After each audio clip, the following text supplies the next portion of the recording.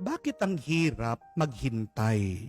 Bakit naiinip tayo sa paghihintay? Bakit hindi tayo mapakali pag tayo'y naghihintay? Why is it so difficult to wait? Is it difficult to wait? Or do we make it waiting difficult? Ano po sa tingin nyo? Mahirap ba talagang maghintay? O ginagawa lang natin mahirap ang paghihintay? Ang totoo, kung titignan natin ang ating buhay, dapat sanay tayong maghintay. Bakit po? Dahil ang buong buhay natin ay isang mahabang paghihintay. Tingnan niyo po, bago tayo isinilang, hinihintay na tayo ng ating mga magulang. Hindi po ba?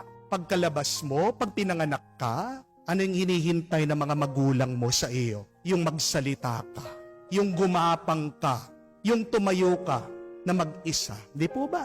Hinihintay ka ng mga magulang mong makapag-graduate. Pag natapos ka na, may nanliligaw sa'yo, hinihintay na nila yung kasalan. Pag kinasal na kayo, yan na naman naghihintay kung kailan kayo magkakaroon ng anak.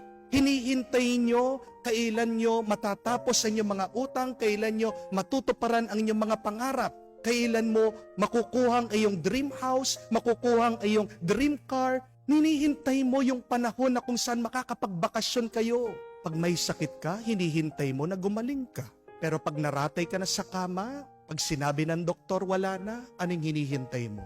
Yung pagpanaw, yung kamatayan. At kahit sa kamatayan, anong hinihintay natin, tayo mga Katoliko, tayo mga Kristiyano? Ang muling pagkabuhay natin, ang pagdating muli ng ating Panginoon. Bakit ang hirap para sa atin ang maghintay? Bakit naiinip tayo? Bakit hindi tayo mapakali sa paghihintay? Na dapat sanay na tayong maghintay. Ano ang problema sa ating paghihintay? Bakit ang hirap nito? Bakit ang bigat nito para sa atin? Alam niyo po ang problema? Ito. Pag tumataas na ang tingin mo sa iyong sarili, nagiging mahirap para sa iyo ang maghintay. When you think so full of yourself, waiting becomes very difficult for you.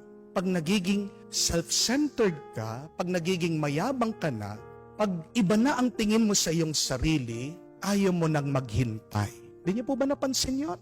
Halimbawa po, anong pagkakaiba ng paghihintay ng mahirap sa mayaman? Ang mahirap, maghihintay at maghihintay yan. Tahimik, nagtsatsaga, nagpapasensya. Kasi alam niya wala siyang magagawa. Pero pag mayaman ka, dahil mataas na ang tingin mo sa iyong sarili, dahil iba na ang tingin mo sa iyong sarili, ayaw mo na maghintay. Di po ba? Naghihintay ka sa bangko, dahil sasabihin mo, yung iyong oras mahalaga, sisingit ka. Di po ba? Ikaw ay nakasakay, nagko-commute, mabagal yung iyong sinasakyan, dahil ang tingin mo sa iyong sarili, big time ka, big shot ka, mahalaga ka, dapat hindi ka malate, sisigawan mo yung driver. Di po ba? Pag hindi ka pinapansin sa restaurant, ang tagal-tagal dumating ng order, pinapahiya mo yung mga waiter. Sinasabi mo, hindi niyo ba ako kakilala? Customer ako dito. The customer is always right. Saan nagmumula yung bigat, yung hirap, yung pagkainip natin sa paghihintay? Pag iba na ang tingin mo sa iyong sarili. Pag napakataas na ng tingin mo sa iyong sarili. When you have pride, when you become so full of yourself, you will not wait. Hindi po ba? Tingnan niyo po sa napakagandang ebanghelyo na ating narinig. Itong kwento ni Jairo, isang opisyales ng sinagoga. May katungkulan. Pero nakiusap sa ating Panginoon na mamatay yung kanyang anak. Sumama naman ang ating Panginoon pero doon sa kanilang pagpunta sa bahay para pagalingin ni Jesus yung batang namamatay, merong mga sumingit, mga tao na gustong humawak sa ating Panginoon. Isa doon sa mga sumingit ay isang babae na matagal nang merong problema, matagal nang merong sakit na hindi tumitigil ang pagtagas ng dugo sa kanya. Hinawakan si Jesus, napahinto si Jesus dahil naramdaman lumabas yung kapangyarihan sa kanya. Hinanap yung babae. At nung nakita yung babae, nakipag-usap pa. Kung kayo po yung magulang, di ba? Nagmamadali ka Gusto mo agad makapunta ang Panginoon para pagalingin yung bata. Bakit huminto pa ang Panginoon? Pero wala tayong narinig sa Ebanghelyo na nagreklamo itong tatay sa Panginoon. Hindi natin narinig na sinumbatan siya, sinabihan na, Panginoon, bakit ka tumitigil? Panginoon, tara na. Wala tayong narinig na nainip o nagalit, pero ang narinig natin, tahimik lang siya.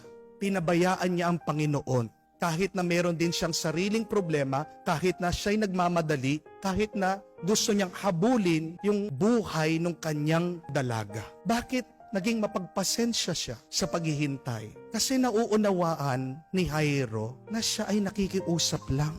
Na ang kausap niya, Diyos. Na ang kaharap niya, mas malakas sa kanya, mas mataas ang antas kaysa sa kanya. Kaya hindi nahirapan sa paghihintay itong ama dahil nagpapakumbaba siya sa Panginoon. Gusto mo bang maging madali ang iyong paghihintay? Gusto mo bang maging magaan ang iyong paghihintay? Gusto mo bang maging masaya sa iyong paghihintay? Tandaan niyo po yan. Be humble. Ibaba mo ang iyong sarili. Huwag mong itataas ang iyong sarili. Dahil pag iba na ang tingin mo sa iyong sarili, pag punong-puno ka na sa iyong sarili, pag nagmamataas ka na, diyan magmamadali ka at maiinip ka. Amen? Iwasan nating magreklamo sa Diyos pag tayo ay nagdarasal. Tandaan niyo po ito. Doon natural ang magreklamo. Pero pag nagrereklamo ka sa Diyos, anong ibig sabihin? Ay nagmamataas ka na. Iwasan mo sabihin na, Lord, ang tagal naman. Ang tagal naman na mag-successful ang business namin. Iwasan mo sabihin, Lord, ang tagal naman na magbago nitong asawa ko. Lord, bakit ganyan ka naman? Ang tagal naman na tumino nitong biyanan ko. Iwasan mo sabihin na, Lord, dasal na ako ng dasal, simba na ako ng simba, pero hindi pa rin ako gumagaling sa sakit ko. Huwag mong susumbatan ng Panginoon. Iwasan mo magreklamo sa Diyos. Dahil pag ikaw ay nagrereklamo, anong sinasabi mo? Na mas mataas ka pa sa Kanya, na kinokontrol mo ang Diyos. Di po ba? Be humble before the Lord, and you will wait patiently. You will wait peacefully. You will wait happily. Napakaganda po nung dasal ni Haring David. Basahin niyo po sa libro ng awit in the book of Psalms. Sabi niya, wait for the Lord. Take heart. Be strong. Pansinin niyo po yung sinabi ni Haring David. Hintayin mo ang Diyos. Ang Diyos ang hintayin natin. Bakit naiinip tayo? Bakit nagagalit tayo sa paghihintay? Bakit ang hirap para sa atin maghintay? Kasi hindi ang Diyos ang hinihintay natin. Anong hinihintay nyo na napakarami dyan sa atin? Hinihintay ang pera. Hinihintay yung asawa nilang tumino. Hinihintay nilang paggaling nila. Bayaan mo yung mga yan. Hintayin mo ang Diyos. Dahil pag nandyan na ang Diyos, ano man yung problema mo, masasagot niya. Hintayin mo ang Diyos dahil ano man ang kakulangan ng iyong buhay, pupunuin niya. Hintayin mo ang Diyos dahil ano man ang kadiliman ng iyong buhay, bibigyan niya ng liwanag. Amen? Ulit-ulitin mo yon sa iyong pagdarasal. Magdasal ka na nagpapakumbaba, pero sabihin mo, I will wait for the Lord. Hihintayin ko ang Diyos dahil naniniwala ako pagdating ng Diyos, anuman ang imposible kong problema, walang kwenta yan sa kapangyarihan niya. Pupunuhin niya ang aking pagkukulang, sasagutin niya ang aking problema.